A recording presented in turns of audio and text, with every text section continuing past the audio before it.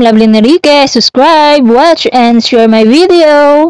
Hello guys! Welcome back to our YouTube channel. Ngayon tuturo ko sa inyo kung paano po tayo mag-login ng GCash account sa ibang cellphone.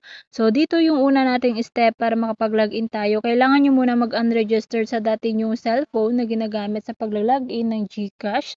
Next naman ngayon sa bagong phone natin, kailangan nyo mag-download ng GCash account.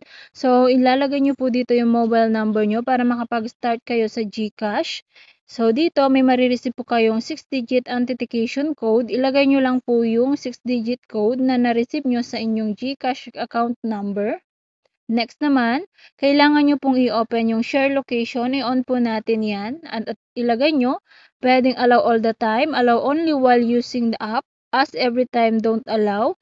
So, sa akin, allow only while using the app. Next naman dito, kapag nailagay nyo na yung share location, naka-on na, magla-login po tayo using our 4-digit PIN. Kapag nakapag-login na, ito po yung lalabas. It's here introducing account secure. So, dito kailangan natin na yes, register this phone. I-tap natin yan para makapag-login po tayo. And then, next naman na lalabas is kailangan nyo mag-selfie.